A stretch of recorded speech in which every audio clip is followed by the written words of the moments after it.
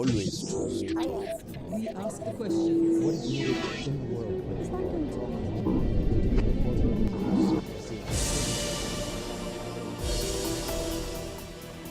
Za Garija Kasparova mnogi bi rekli da je najbolji šahista u istoriji. On je i pisac i aktivista za ljudska prava. Rođen je 1963. godine u Baku, u Azerbejdžanu, tada u sastavu Sovjetskog saveza. Sa 17 godina je juniorski šahovski prvak. 1986. postaje šampion svijeta, što je titula koju će da nosi do 2000. godine. Još od omladinskih dana pokazuje da ima stav, što ga dovodi u nevolje sa sovjetskim vlastima. Pobunio se i protiv Svjetske šahovske federacije. Danas srčano govori protiv ruskog predsjednika Putina. Privođen je zbog aktivizma. Želi biti na čelu Svjetske šahovske federacije. Da to ostvari, kaže, može mu pomoći hrvatsko državljanstvo koje je nedavno dobio. Let me start with your relations with this part of Europe. It seems that you're very familiar, very fond of this part of Europe. And have you got your Croatian citizenship? Yeah, it's a long history of my relations to former Yugoslavia, which was very natural because chess was extremely popular in almost every corner of former Yugoslavia. And I played many events here, and the first international tournament, which was my big triumph 35 years ago, in 1979, was in Banja Luka. And after that, I played in Bugojno, I played in Herceg Novi, I played in Nikšić, I played in Belgrade. So and many simultaneous exhibitions in different cities. So it was a very natural connection, since I was the rising star and the chess was one of the most popular games here. At the time of the collapse of Yugoslavia and all these tragic wars, my relations changed because I stood firm on the side of those who I believe were victims of the aggression, and I supported independence of Croatia and Bosnia and Herzegovina. Tried to do what one person could do by offering humanitarian assistance and You've been to Sarajevo? I've been in Sarajevo, in 1994, under siege, and I played an exhibition there with kids. I played simultaneous exhibitions supporting kids of Vukovar in different Croatian cities. I've been traveling to this part of the world regularly, so it was for more than 20 years I've been taking my summer vacation in Croatia. Started in Istria, near Rovini, Crveni Otok, then moved to Makarska. I visited Bosnia a few times. I played again in Sarajevo in '99 and 2000, two more victories. And also visited the country a couple more times for humanitarian purposes. So again, it's a natural connection. And now I'm running for International Chess Federation presidency, FIDE. And of course, I'm looking for support from the region that is so close to my heart and to my life. And one of the problems I've been facing is the fact that the country of my origin, Russia, is very unfortunately taking exactly the opposite view. So the man who has been running FIDE for 19 years, let me emphasize, for 19 years, Mr. Kirsan Ilimjinov, he has been fully supported by the Russian government, and now I've been facing serious potential problems based on the fact that I'm no longer coming back to Russia and traveling around the world with Russian passports at a time when Russian Foreign Ministry is trying to dump my efforts to win FIDE presidency is not a very wise idea. So I asked our friends in Croatia to help, and I was very grateful that they accommodated my request and granted me citizenship of this country. Do you think you will succeed with the Croatian documents? Look, it's an EU passport, and again, it's not a country where I'm a newcomer. So I know the country, I know the people, I have a lot of friends here, and I think that's definitely gives a boost for me, both politically but also logistically, because if my opponents counted on the sort of limitations of Russian passport and the fact that at one point I can run out of pages just because I have to travel to so many countries and you start running out of pages after receiving one visa and another one. They have to come up with something better, because now I'm a citizen of Croatia, a citizen of the European Union who can travel around without any risk of my passport being nulled and void by Russian foreign ministry. Do you have any plans to live in Croatia? I'm here regular every summer, and definitely I will be doing something for Croatian chess. I've been supporting these different initiatives of Croatian chess federations, of Hrvatski šahovski savez, and now I have plans of building a strong presence here as a chess academy. Again, I had long-term history of relations with this country, and my ties with Croatia will get, of course, stronger. Let us speak now about chess and some historical elements. The chess was very important back to the Soviet time in the Soviet Union. So to say, it was a sort of a national sport, and Soviet leaders actively promoted the sport. Was it a sort of a prestige, or why? What was so important for them? Chess as a part of the competition with the rest of the world, of course, with the Western world, was seen by the Soviet authorities as a propaganda tool.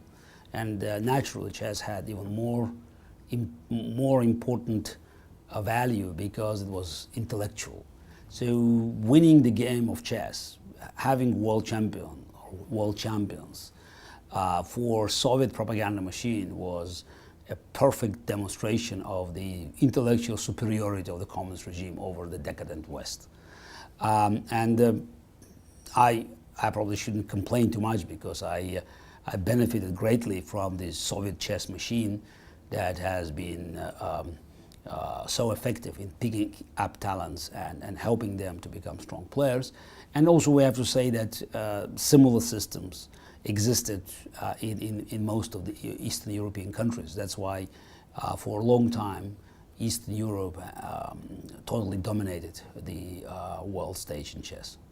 You were the youngest FIDE #1 for 12 years. No, actually I was on the top of the rating list for 20 years. The youngest FIDE #1. Youngest, yes, okay, but it's the look.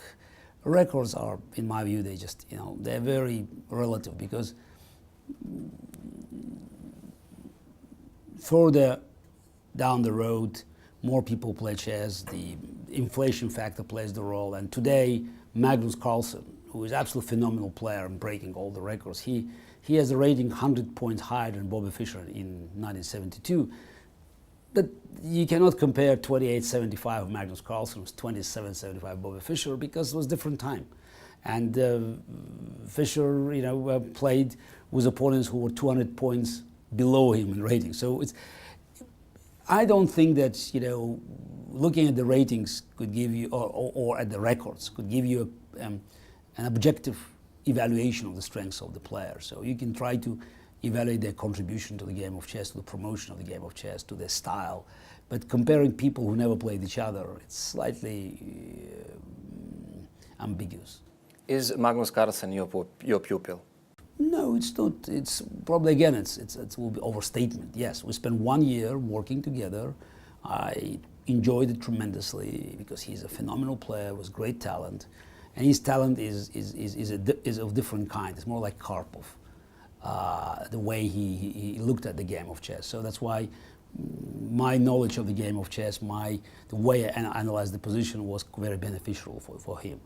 I think I made substantial contribution to his success, but of course he had this phenomenal talent before, and we worked for 1 year, and afterwards, he managed on his own, and I think that he's clearly a dominant force in the world of chess today, and not just being a dominant force at the chessboard, he has been doing a tremendous job in promoting the game of chess, which I think is very important.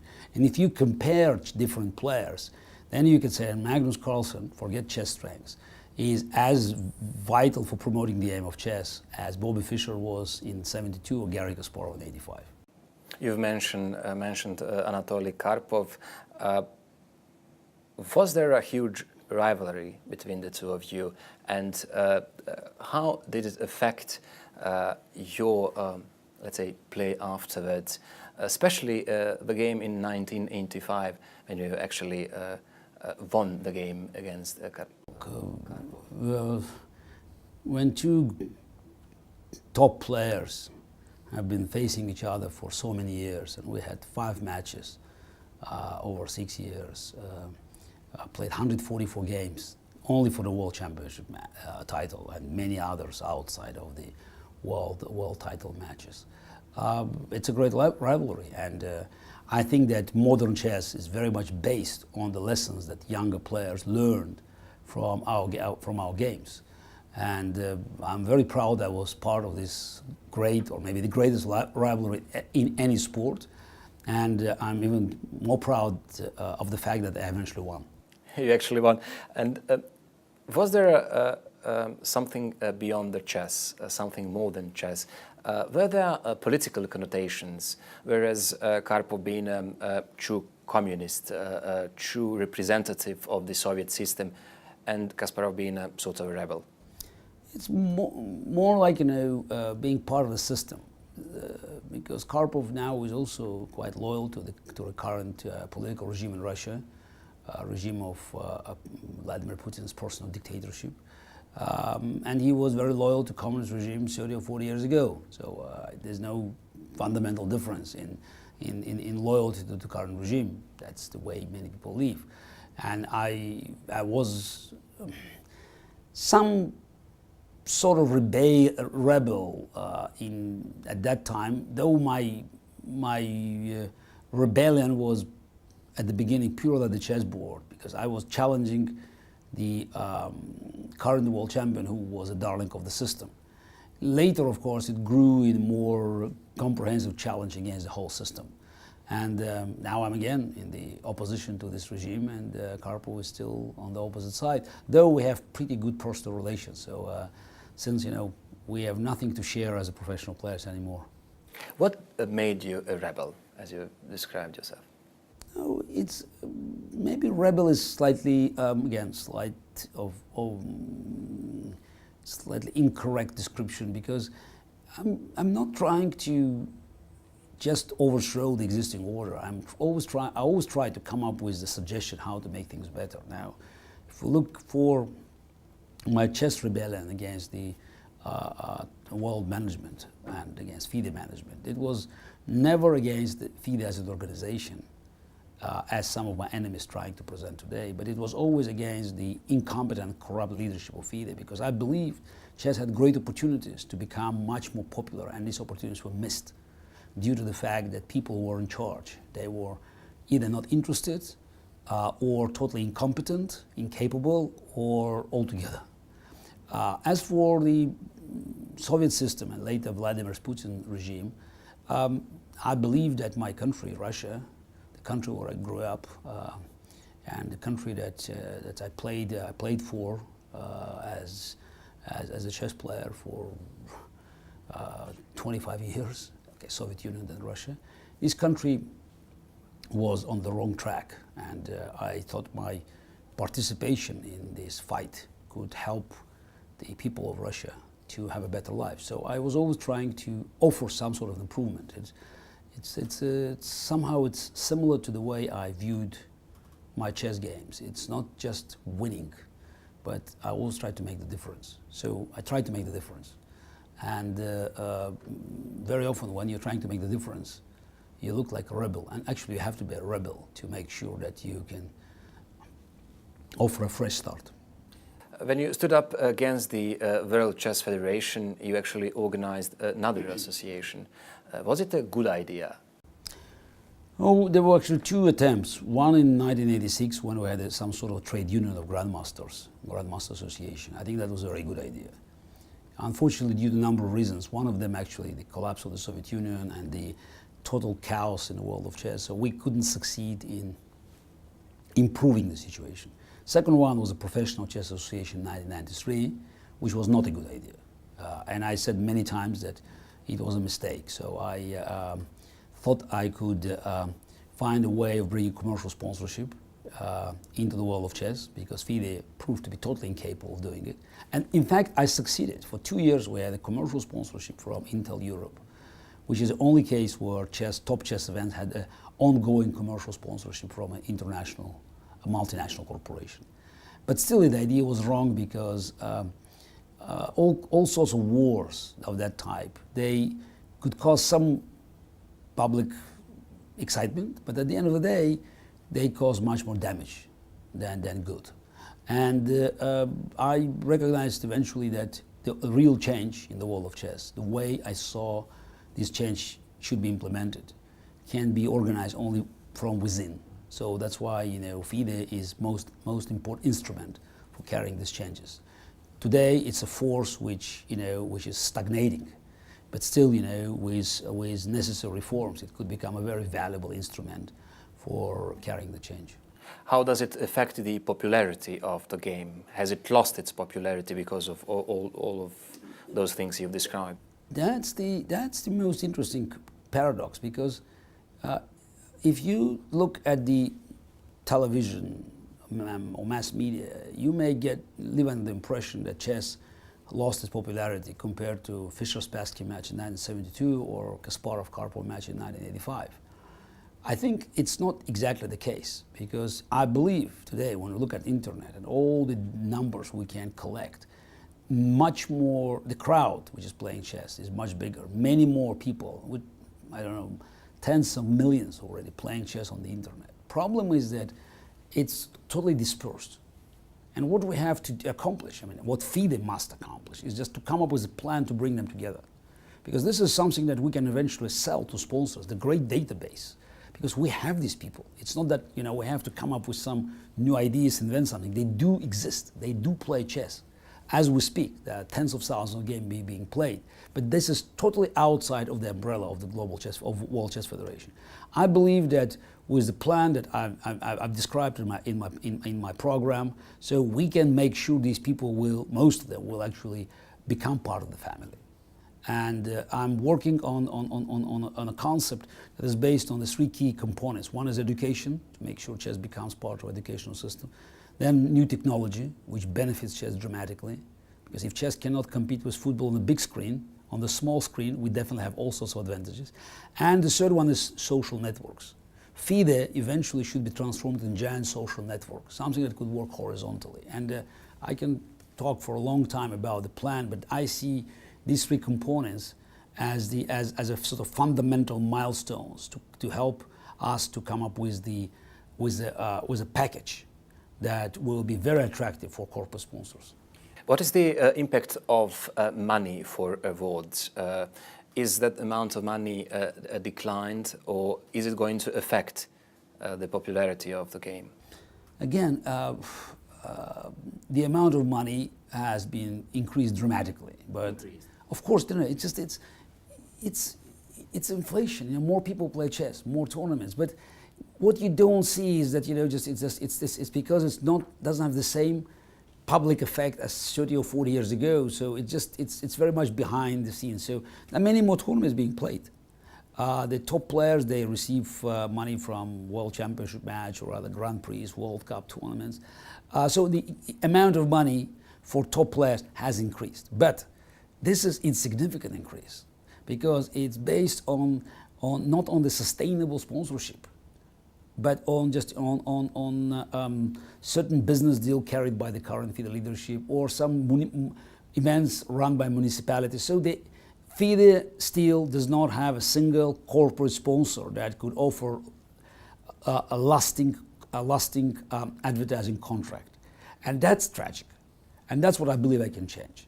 Because again, I believe there's no shortage of money in the corporate world. What people in Silicon Valley, at Wall Street, or in Europe, or in Far East, all the potential advertisers, what they're looking at, it's a great idea and a nice package. I believe chess is a great idea, and we need to come up with a nice package to make sure they will recognize that It's not just an idea, but it has numbers behind it, and it has integrity. It has a reputation, because it's also very important. It should be clean.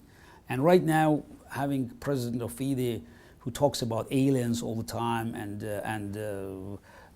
had the record of meeting all the worst dictators in the world, I don't think it helps at all to attract corporate sponsorship. Several times you've mentioned dictators, and let us talk some politics. You're also a very famous political activist in your country. Human rights activist. Let's be very precise. Yeah, I'm not very happy to be called political activist, because I was always a human rights activist. But you were also running for a presidency. No, but that's trying to. Okay, but I think it's misleading, because in countries like Russia, you do not run. It just, it's running means that you have your political party, you have your followers, you have your bank accounts, you can raise money, you can go to television, you can have debates. I mean, it didn't exist in Russia even in 2007. Yeah, of course, it's not in 2014. Now it's open dictatorship. In 2007, it was more like hidden, dictatorship. It was still one party, really ruled by the person who can pull all the strings. Now they stopped. They thrown out all the formalities, and it's very openly just one-man show, Vladimir Putin's show, and everybody else is absolutely irrelevant for any decision-making process. So running for president, quote unquote, was a statement. Because as I always said, in Russia, in Putin's Russia, you're not trying to win elections, you're trying to have elections. I have to say we failed. So Putin's Russia today is the dictatorial state that, in my view, is just heading for huge disaster, because states with this kind of with this form of rule, totally antiquated and corrupt and inadequate, they cannot survive for long. And Vladimir Putin is in power for already 50 years.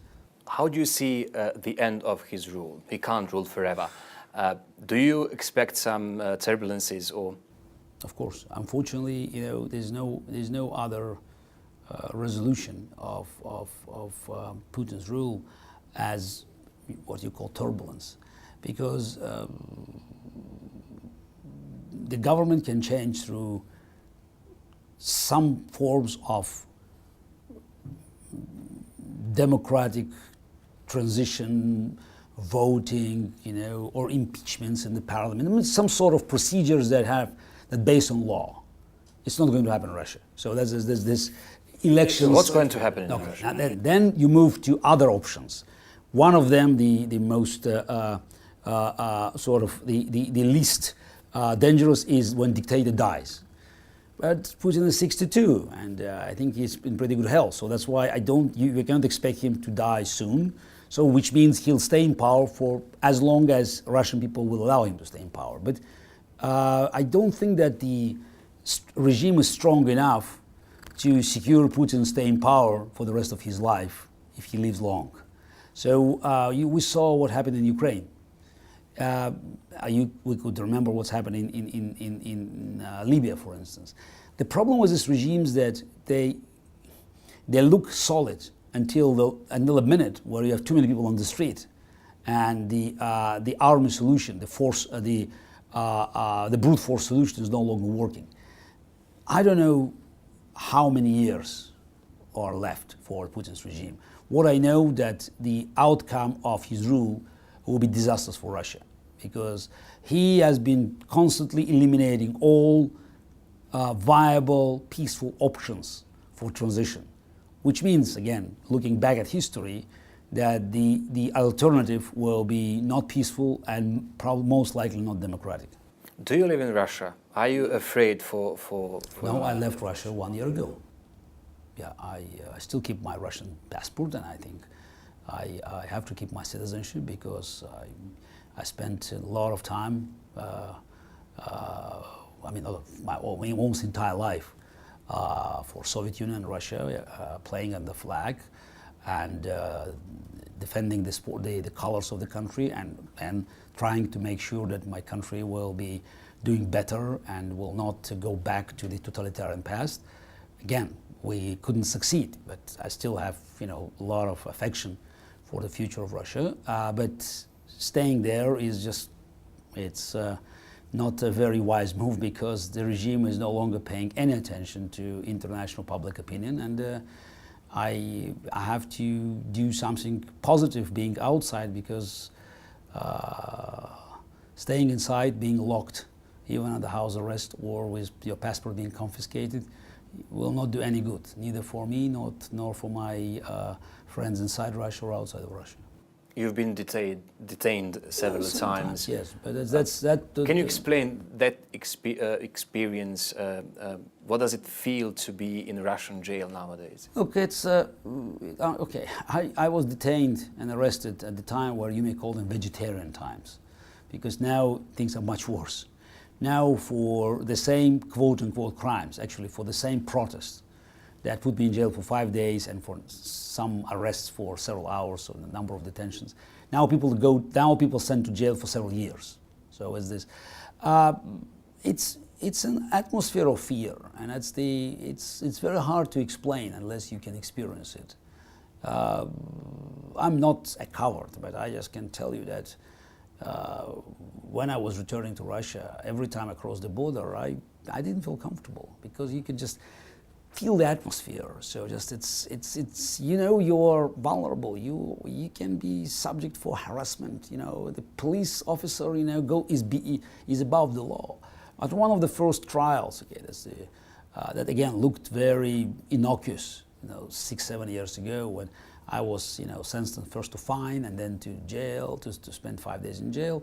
The judge made a ruling, which again eventually had fundamental consequences for the future, because basically it said the police officer, was right, because he was lying under the oath. And we had videotapes, we had witnesses, and the judge said, no, it's all irrelevant. I trust police officer because he is wearing uniform. That's the reality of Putin's Russia. The man who wears uniform is always right, no matter whether he lies through his teeth, and you have a video showing that it just was exactly the opposite. What went wrong with Russia, and did you see this coming in 1991 with the collapse of the Soviet Union? Look, in 1991, in August, when the cheerful crowd has been dragging Felix Dzerzhinsky from his postament, in Lubyanka Square, I think you could become very rich if you bet that 9 years after this great moment, a KGB lieutenant colonel would become the leader of the country.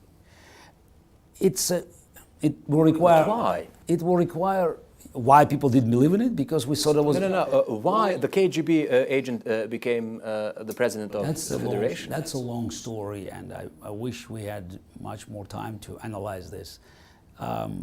We all made mistakes, because this is not about genetic predetermination.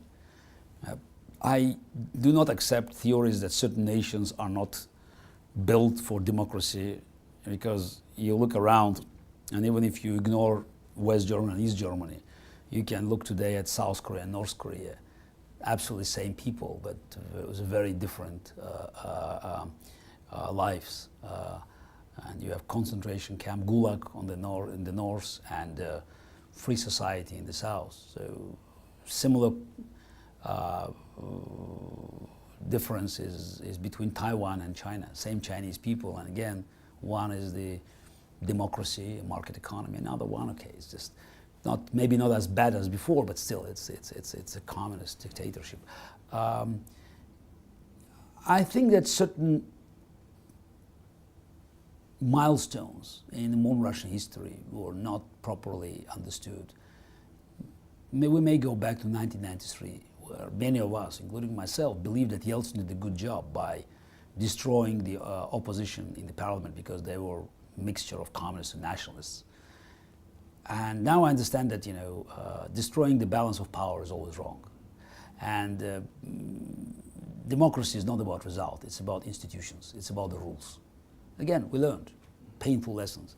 And unfortunately, Putin's appearance was not accidental. It was very much the development, negative development of Yeltsin's regime that now we can analyze. We had enough, like a chess player, we have enough moves to analyze, and we can go back to the 90s and could see that was the wrong move, that was the wrong move. And this is a sequel of the events that were more or less, forced, because when you move this move, make this move, and then just your choice has been narrowing, and hopefully Russian people learn these hard lessons. And again, the question is, what would be the price to get out of this trap? Mm-hmm. So have they learned the lesson? So the support for Mr. Putin after 3 election processes shows something different. I don't know what you're talking about. You're talking about, you use words support and elections. Look, Adolf Hitler was very popular in 1936 or even 1938. I'm sure Bashar al-Assad today has 100% popularity in Damascus. What does it mean? So you can talk about popularity of Barack Obama or Angela Merkel or François Hollande or Zoran Milanovic. But because you go through election process, you can just, people know that at certain point they can go and vote and bring them down. Actually with Obama they know for sure. Whatever happens, in January 2017, there will be another president taking oath. So it's not okay. Was Merkel or was Milanovic? It's not clear. But people know that if they don't like them, they can go and just vote. Either give them the mandate or take it away. With Putin, it's like with classical dictatorships. He's there. So election there is just it's a formality just to give him another mandate, because we know that the result of the elections is predetermined and has nothing to do with his grip of power. So that's why talking about him being popular is some sort of oxymoron, because you cannot, being intellectually honest, you cannot seriously take results of the polling on the phone in Putin's Russia, where somebody calls you anonymously saying, do you like Mr. Putin? And the fact is that, there's something like 35% or 40% saying no. I mean, for me, it's already a phenomenal number, because even in this atmosphere of fear that reminds us very much of the old Soviet Union, still, 1/3 or 40% of people are rejecting Vladimir Putin, which means these numbers are much greater. And if we had free and fair elections and one open debate, things could go differently. Let's not forget, Putin never had a single debate in his life. Every time, he was on television, it was him, and no opponent opposite. And I think that 1 or 2 debates could definitely expose his misery as the democratic politician, because he was not capable of winning the debate through arguments, and always relied on the force. You've mentioned Ukraine. So what do you think, how far is he ready to go in Ukraine to regain his influence there? I don't think that now we are, as we speak today, because things are changing quite rapidly, and I don't think today Putin's goal is to regain control of Ukraine. Ukraine is lost. It's very clear. Ukraine has chosen the European direction.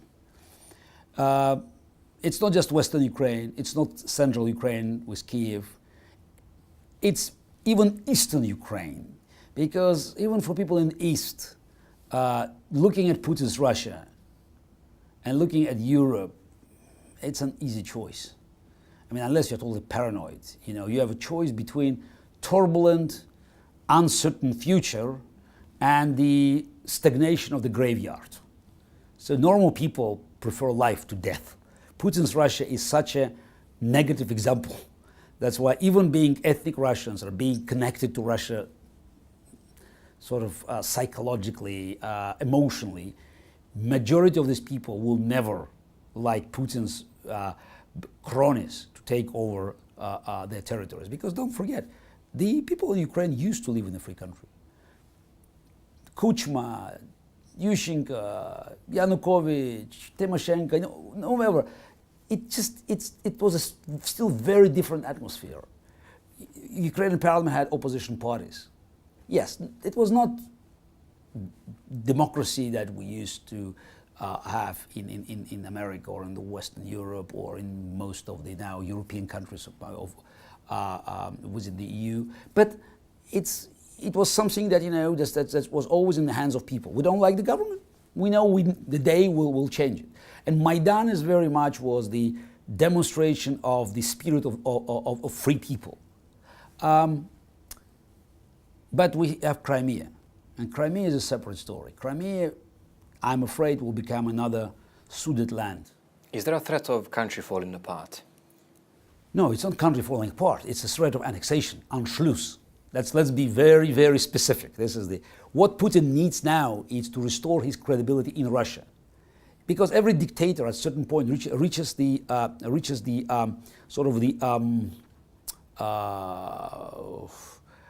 it's like a climax where he needs to demonstrate his macho strengths, that's his brutality to his people, because there are no elections. People have to be convinced again and again that the leader, the Führer, the emperor, the general secretary, whoever, this is the only person and no other choice is doable, because we have enemies around us, the enemies are trying to conquer us, something is happening, and he is the only man in the country to protect us against these threats. So that's the logic of any dictatorship, whether it was Adolf Hitler, Joseph Stalin, or Vladimir Putin, or you name it. Or you can go, all the way back to the Ivan the Terrible time. So for Putin, winning Crimea, or at least Sevastopol, is the only way to sort of exonerate himself from the loss of Kiev. Because Putin mythology, and dictatorship needs mythology, is based on Putin the Great, the man who could restore the Mother Russia, bring together, old Russian Soviet Empire. And no mythology of that type works without Kiev. If Ukraine is out of the equation, what is that? So Chechnya or Kazakhstan? Come on, that's not so emotional for the minds of millions of Russians. Ukraine, if not Ukraine, Crimea, Sevastopol, the city of Russian Navy glory. This is all nonsense, if you start analyzing it, with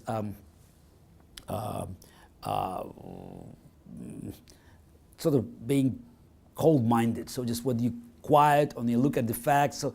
But with the hysteria in Russia in the last 3 weeks, with a propaganda machine working 24/7, talking about occupation of Ukraine by the gangs of fascists, by the American influence, by everything, by Jewish conspiracy, all sorts of nonsense have been now installed in the minds of Russians through this 24/7 propaganda.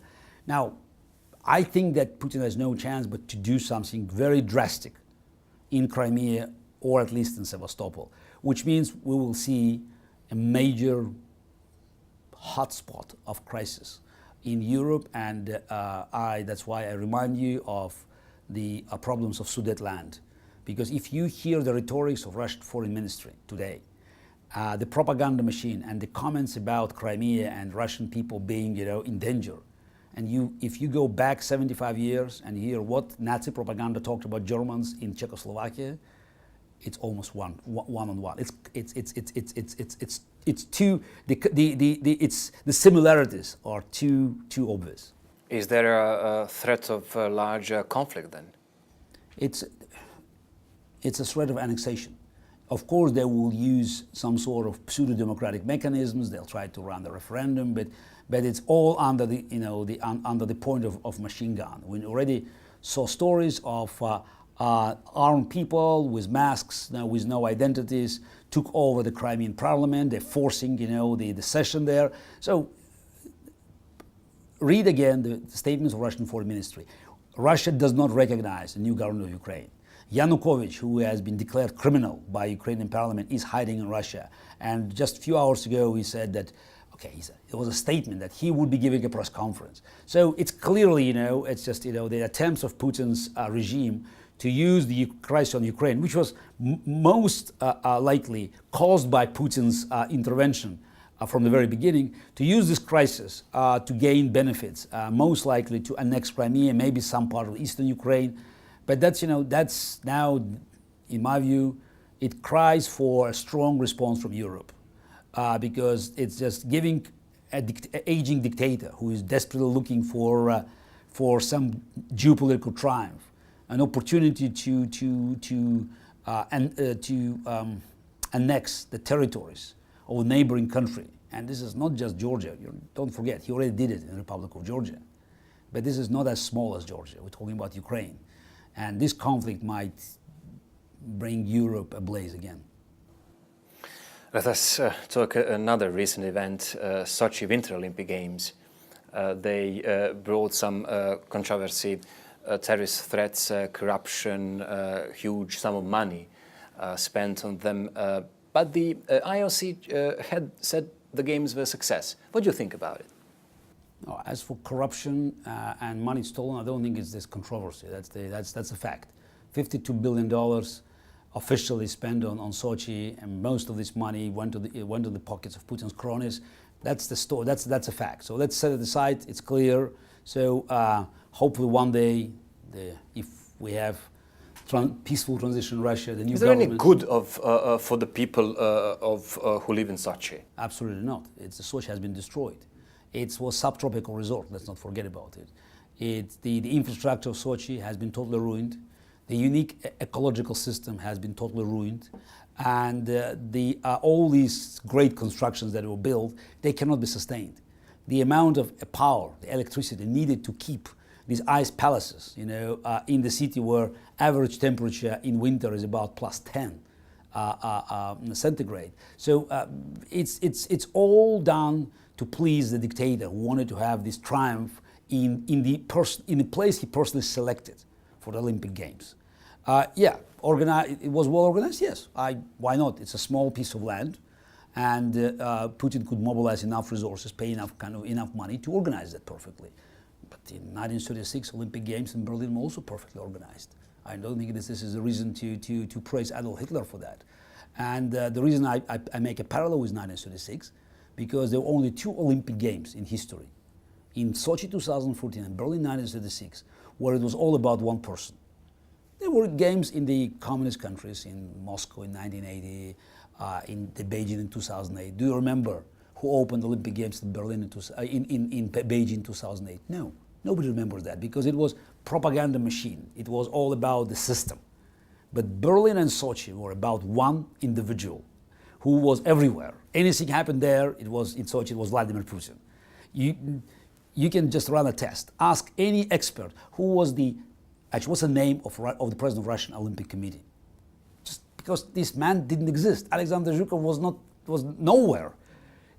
Technically, he should be next to Thomas Bach, and again, Thomas Bach and IOC.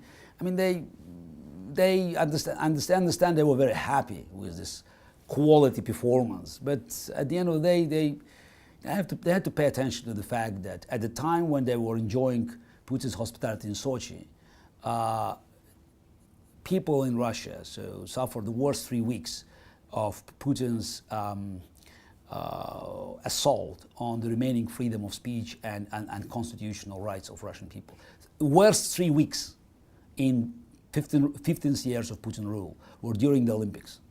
When you speak to the Russian people, to the citizens of the country, in terms of economy, what do they say? How they live nowadays? Do they live better nowadays with Putin's rule than before? I'm not part of the propaganda machine to tell you something. I'm not.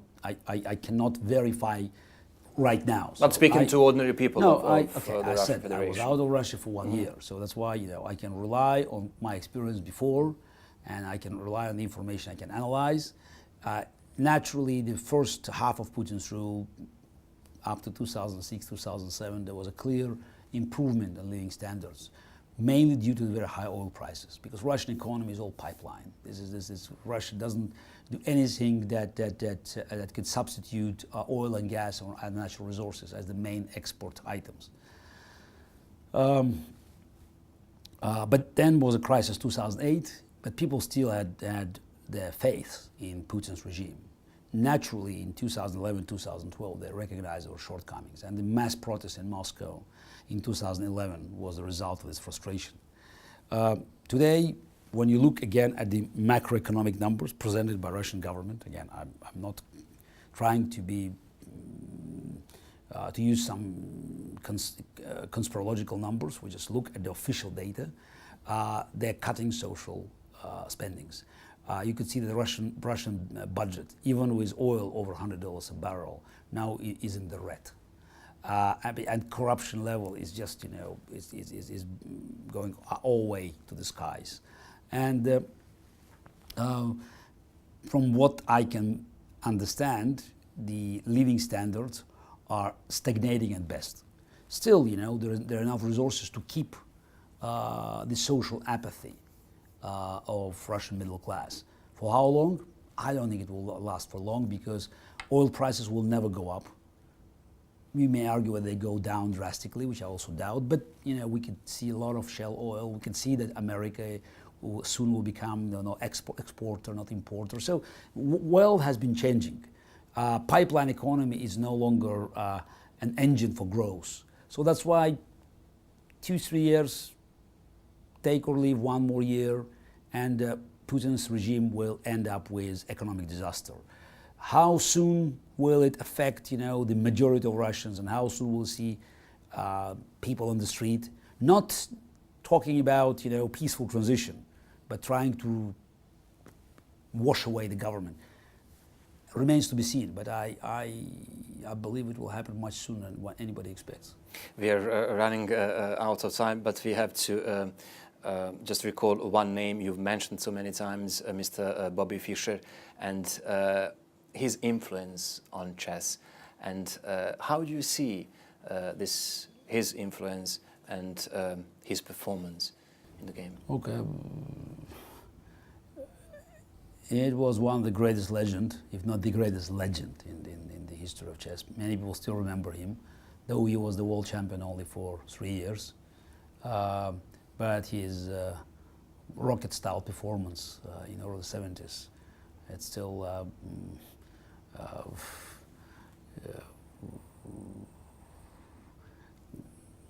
looks virtually impossible by the modern standards. So that's just to be so dominant, crushing all the best players so convincingly. Unfortunately, Fischer left professional chess, and his life after he won the title and he retired was just exactly, had exactly the opposite effect, because he had very, just to be diplomatic, very questionable views about the world. And his performance, I'm not talking about chess, I'm just talking about his overall performance in 1992 when he played Boris Spassky, another match in Serbia, actually Serbia and Montenegro, and at the remaining part of Yugoslavia at that time. This performance was quite damaging for chess. Still, I think that's this, having a legend now, which now rests in peace, is great. And I wrote books about my great predecessors, and I wrote a special chapter, actually it's half of the volume 4 on Bobbyju Fischeru, and it was an amazing accomplishment. His life could show us how much can be achieved by this troubled spirit, always looking for conflict, but always being determined to win and to make the difference and to fight to the last pawn at the chessboard. And on the other side, how deep down this troubled spirit can bring an individual when he's losing his way in life. So still, okay, we have to take hats off, just in memory of Bobbyju Fischeru. And I think it's having this legend as a part of the chess history. It's overall positive. Another chapter, playing against the computer, the Deep Blue in 1997. Okay, it's very difficult to touch such important aspects, at the very end of the interview, because we're talking about something that has relevance not only for chess or for my own career, but for the rest of the world, since man versus machine is important. It's a very important part of the modern decision-making concept. And actually I played in '96 as well, which I won. People just remember all the second match. it's a pity that these matches they ended abruptly, and IBM decided not to go for another match, because I was a great believer that man versus machine could provide a lot of useful information about the way the human decision making is different from the computers. And now I could see a lot of movement into the professional world and in the science of trying to combine humans' intuition and creativity with machines' brute force of calculation to come up with the most effective decision-making formula. Mr. Kasparov, thank you very much for this interview. Thank you.